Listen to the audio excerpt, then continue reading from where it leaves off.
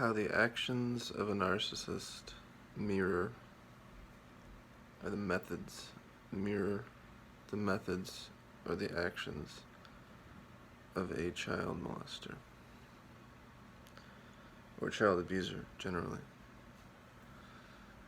This is not an easy topic, obviously, but I feel it needs to be brought up frequently because these things sometimes go together. Narcissistic families, child abuse, sexual abuse.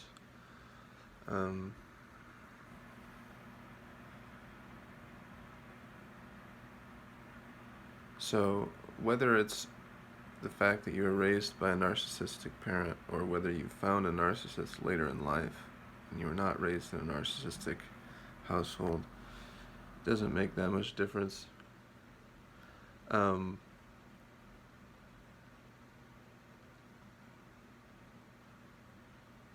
Beginning at an early age, if you're raised in a narcissistic household, you'll be subjected to histrionic episodes, which are intended for trauma bonding.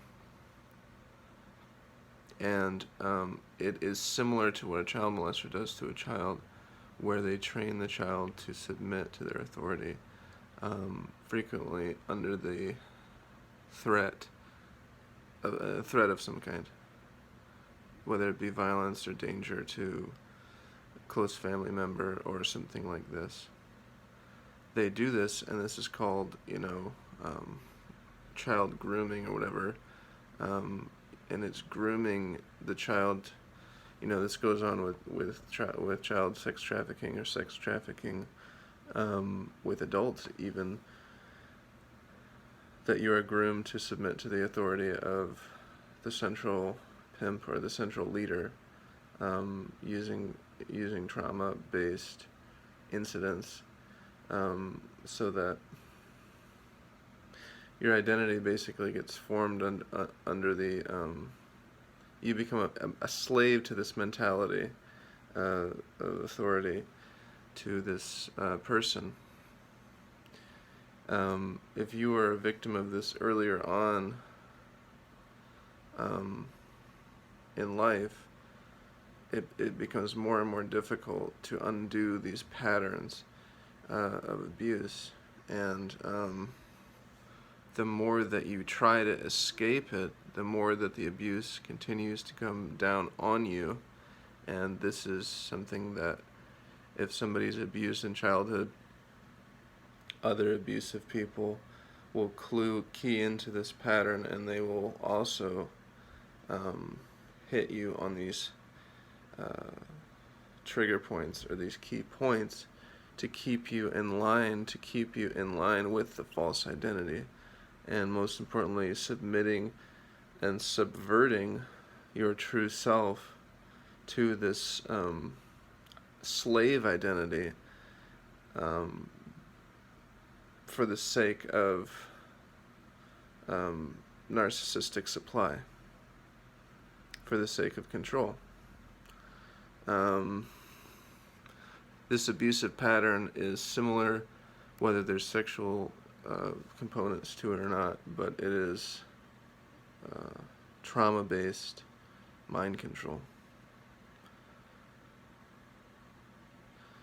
And these episodes of trauma become trapped in the abused, the victim of abuse, so that they are programmed subconsciously to know that if they ever try to question the authority of their abuser or their enslaver, that they will be subject to a traumatic experience.